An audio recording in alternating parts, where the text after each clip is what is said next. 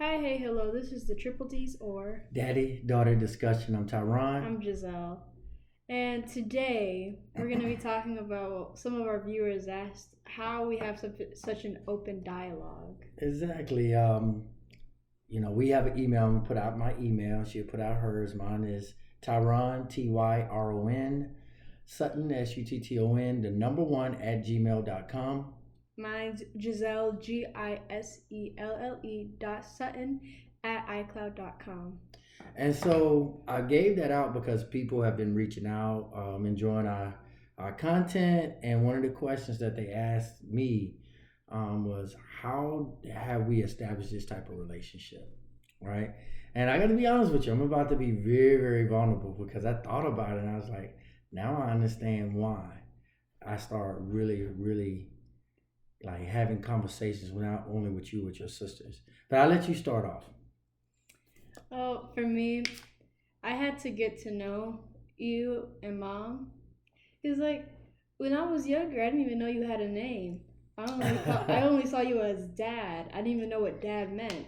And as I grew older, I had to put meaning to dad itself and get to know that you're a human being and you make mistakes. And yeah, I had to realize that you're not just my dad. You're Tyron Sutton. You're a son. You're a brother. Hmm. Mm-hmm. So when did you come to that realization? Like, I'm just not a title. I Because that's think interesting you said around the same time, I figured that teachers don't live in school.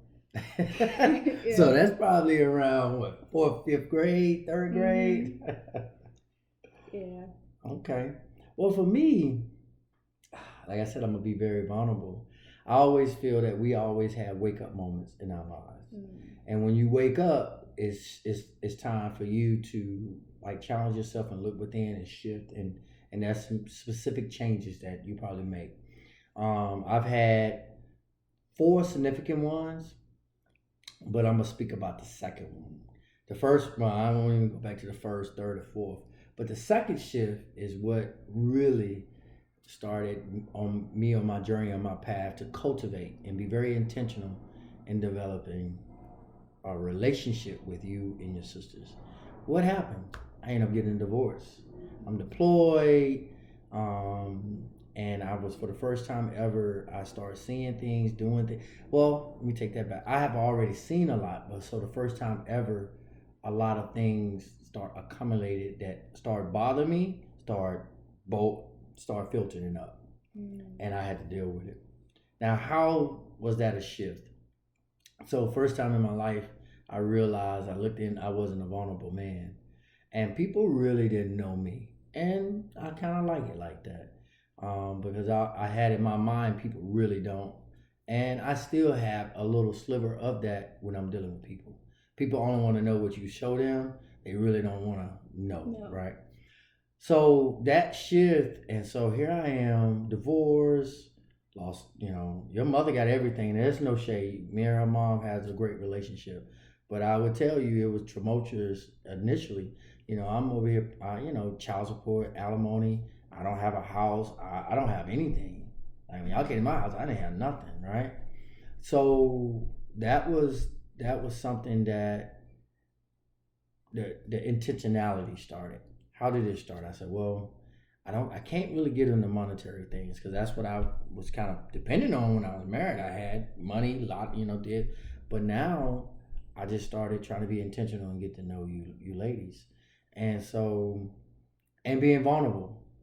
So I don't think you can have a cultivated relationship like we have if I didn't allow you to know me and know that I mess up. I find that interesting because you said your second shift was the divorce. I feel like it's not a shift for me, but I do see the effects of it because when you're a baby, unless you're like you have that special ability to remember when you were a child, when you were a baby or a fetus, Mhm. I don't remember that. And maybe that's like when you gave me those monetary things and like got to know me Mhm. when I wasn't really developed. So I don't Mhm. really have memories of you as a child. I only have like a couple, one or two. And so after the divorce, I feel like that's when I kind of got to know you because I saw that you were vulnerable, you were sad, you were angry, Mhm. and I saw the human being in you. You weren't just that guy come over to their house every summer and kind of like, I don't got all my things. I came over to you, and I feel like that was when our relationship stronger. Oh, absolutely, absolutely, and vice versa. That's when I started building and cultivating a relationship with you. And I think because I had to allow you to know me. Because as a father, when I was there, although you don't remember, like I said, your mother and I got divorced when you were 7. Yeah. So I don't know why you don't remember, but I was a child, like I was there but also not there. Yeah. Very self-absorbed. Like Yeah, I yeah. wasn't. Yeah. But that's most 7 years. It's that egocentrism. Yes. I don't care about other people's lives. It's just mine. Mine, yeah. So I get that. And at that time, I was being the father that I knew how.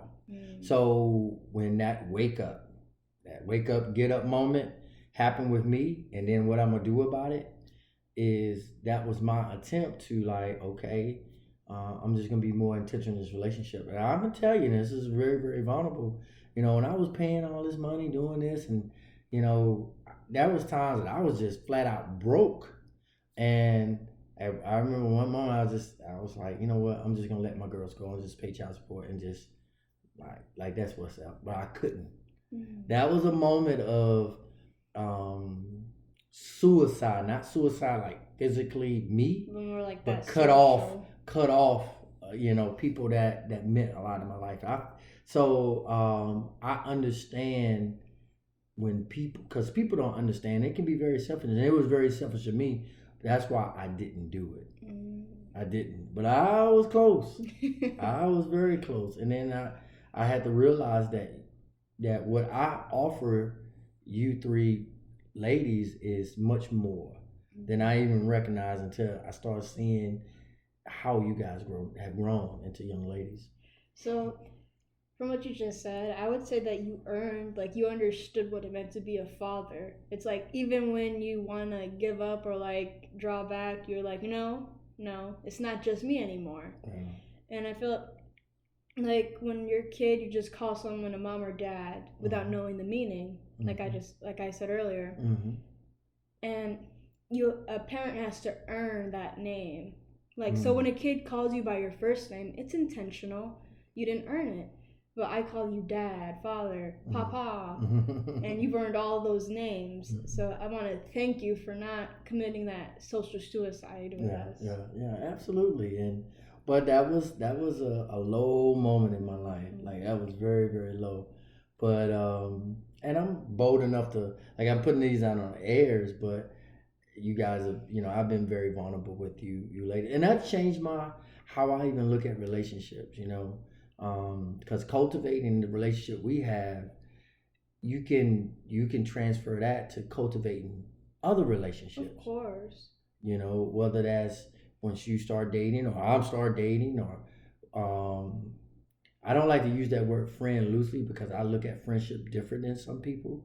But also with cultivating that relationship, I have to realize that everything how you are like when you come here, you might like my presence, but you might not want to talk to me and your sisters. You might just want to be on your blanket. I should be able to respect that. That's cultivating and respecting you. I can't force you to do things that might make me feel good because I want to do it. It's like that.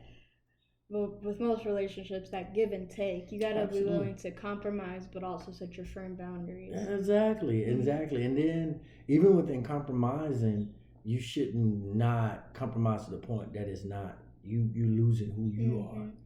And at that point when I made that decision to like that wake up, get up and just move moment, that when I started moving, and matter of fact, that wake up, get up, that's not my little saying. I got that from her name is Dr. Robin. I know it's Dr. Robin something. I can't figure her name, so I want to contribute that to her. Now to get up, to move something. That's something that I just thought about.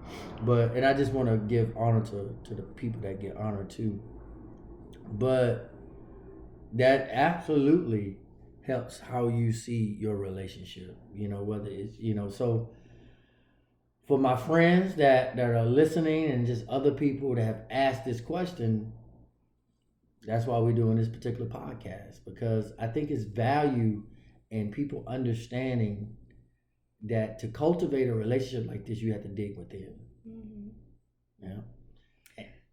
Oh, I want to go back to what you said, like a relationship with the parent. Mm-hmm. It sets the groundwork for other relationships. Mm-hmm. Like if you have your daddy issues. A lot of Mm-hmm. people they say you have daddy issues, and that plays into how they interact with other people. The men. And then mommy issues. Mm-hmm. I don't really understand like those issues. Well, I give you a perfect example. So you know, how old was I when I left home? So young. Yeah, I was from my age or Bella's. I was about Bella, right before Bella, about 15, right? So I didn't. My mother was like you said, she was there, like how I was. But when I left, like in your formative years, I didn't have that. So I kind of did my own thing. So how can that impact in relationships? I didn't. I would not be vulnerable with a woman. That was only so far I will allow a woman, right? And you couldn't just try to get me over with, if I felt like you was trying to be a mother, like I don't need that. No, that's not something that's appeasing to me. So one of the things that really made me shift, and that wasn't a wake up shifting moment, that was a self awareness moment. I was in Atlanta and I was a commander there, and my boss, she first female I've ever worked for or under, right? And amazing boss, but she was very hands on. She was a nurse, so she's like your mom, so she had that motherly thing, right? And you weren't used to it. I wasn't used to it, and I didn't like it. You just tell me what you need to do, and I go execute. Don't come and I don't need you to rub my back, rub my head, and ask me if I was okay. So, but that wasn't her thing. That was something I had to be self-aware with. So when I say mother issues, that can be because it can permeate through a lot. Even daddy issues, even in a positive way. What do I mean? And then I let you talk about it. I have shown you guys things that you can have expectations of a man based on what I have done, and that can mess up a relationship too. So it can distort your reality and how you see things. Yeah, because I see this is more like a more shallow take on that, but I see the way you dress, and then I go to school and I see the way the boys dress, and I'm like, I'm sorry, you're not as stylish as my dad, and I expect more style than sweatpants. But then it's the style of now, and plus we're in school. Who's gonna dress fancy? Yeah. So and you know what? That's not shallow. That is a perfect example.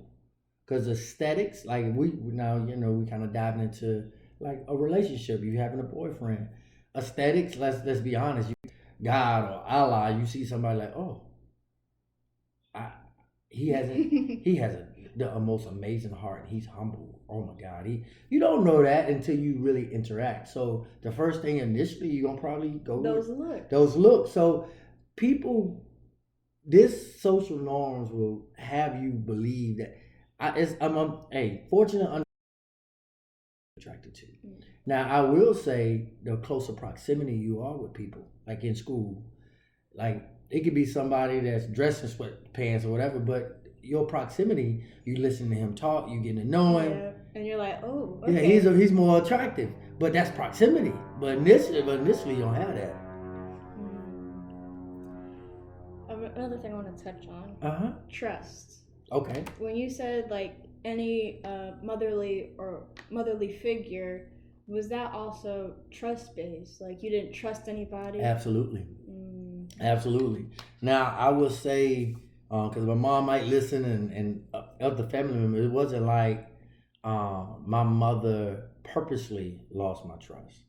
It was expectations or things that I don't know, that I just as I got older, I felt like I didn't get. So I just it just kind of filtered into my relationships. Like, I told you girls was the first woman that I was vulnerable with. That's one of the biggest reasons that me and your mother divorced. I was going through some things, and for the first time ever, I felt vulnerable. And when you can't trust the woman you with, that's to give yourself to, that's bound for failure. Yeah. So it wasn't your mother. It was, it might have been some, but that was the combination the initiation. And if your mom, she really didn't understand it, and she might understand it now as she's older, but that's one of the biggest things.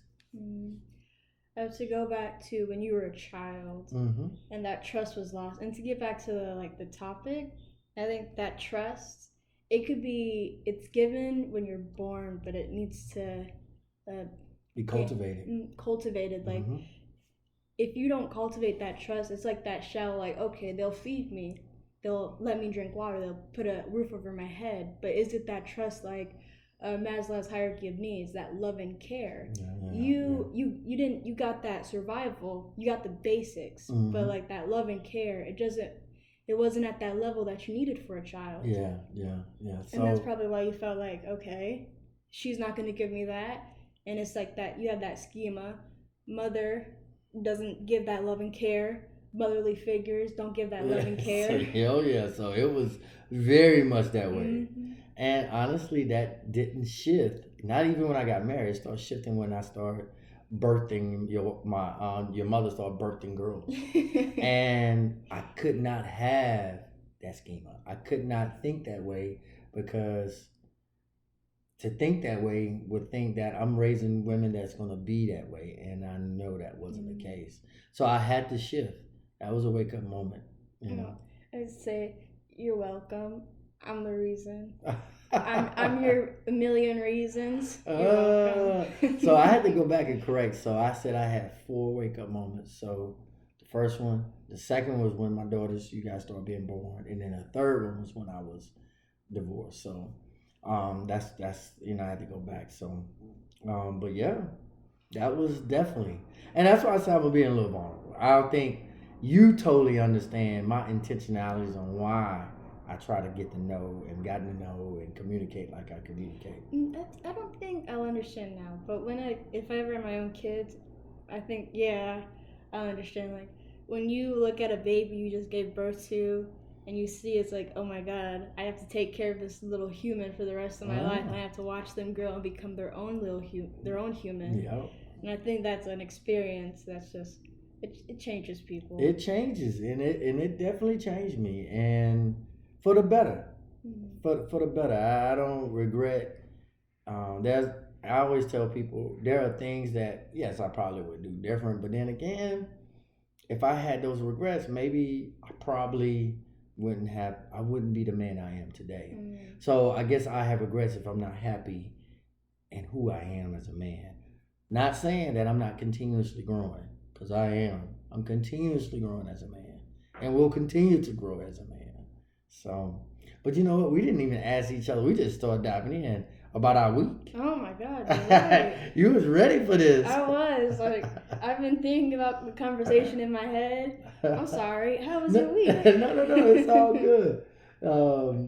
It's been a fabulous week. That's good. It's been a really good week. Your sister signed to SMU. She committed to SMU. We had fabulous, and then I started doing things that I was doing in 2021, because I think I told you 2022 I felt stuck, but 2021 I'm back into that, and then last night we had a fabulous dinner. We did.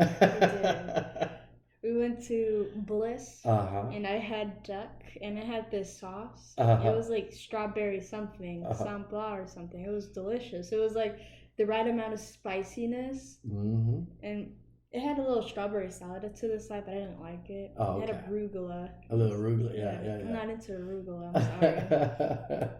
Yeah. But it was, so we went to Bliss Restaurant in San Antonio. I definitely give them shout outs. They have amazing chef. It's just, he does different things, but it all felt personal. It's very was all personal. Delicious, and it came out fast. Yeah. I appreciate that. Yeah. Very great. And also, why the moment was, the reason we went, because my daughter turned 18, her oldest sister. So each one of my daughters, hence going back to me cultivating things, there are specific things that I do with my girls during their birthday, or I get them certain things. Her oldest sister, she loved fancy restaurants. She liked that experience. or museums. Um, Her Giselle, you can tell what do you? I know what you. Well, I know some of the things. What are some things you're into? What are some things I've done? Musicals, Broadway shows, all that. Yeah. I love the music. I love the acting. And Tiffany's, and she loved diamonds. Oh yes, I'm a diamond girl. And a silver. I'm not a gold girl. I'm a silver diamond girl. Thank you very much. So, and then her youngest sister, she's still into beach. So we always at the beach or some vacation spot for her birthday. And that initially, I think her sisters used to get jealous. At least her oldest. I don't think jealousy, but more like frustration. Really? Yeah, because Addie's birthday, it was always like around the end of the week, and it wasn't like anything major coming up afterwards. Belle's was during the summer, so we had all the free time. Mine was like, it was always before spring break, and it always landed around the middle of the week. So it was like, you didn't celebrate my birthday on the day I was born. It was more that weekend. But even that weekend, we were traveling. And so it was like, I never got that birthday when school started. Yeah. And that's why I started making it personal. I'll take you, to a musical or something like that. Personal, just you and I. And I appreciate it. Like, I feel like after we started doing that, I've been looking forward to my birthday. I'm like, okay, what musical are we gonna see next? I'm excited. We went to the last one we seen was Color Purple. Oh, that was a good one. It was a long time coming. Yes, because I had bought tickets. We were supposed to fly to St. Louis. And then COVID happened. Yeah. And then, they kept backdating on the plays, and last year was the first time they kind of really... Finally, we get to finally see it after 2019. So, yeah, but this has been a wonderful discussion, a conversation, and I hope during this conversation you understand why not only why I cultivated or why I continue to cultivate our relationship, because doing that helps me be a better person dealing with other people. To be real with you, because if it's selfish or not, if you don't use or apply things that you see helps you in your personal life, and you can't reciprocate it or replicate it or repeat it outside of that, you might want to check what you're doing and why you're doing it if it's not working. I've always said, it's like, you could change all you want, but when you are exposed to like a trigger, that how you react is gonna be the tell if you've actually changed. Oh yeah, absolutely. It's like, you could change in a safe environment, but when you're put in that situation, what's gonna happen? Are you gonna pull back? Are you gonna do this? What you gonna do? Well, with that being said, this is one of our shortest, but that's fine. This was just we probably should have did this at the beginning to allow people to know why we initiated this and started, and how we even start building this relationship. But hey, there's no timeline. Yeah, we just did it when we felt like it. Absolutely. So with that being said, this is the Triple D's or Daddy-Daughter Discussion.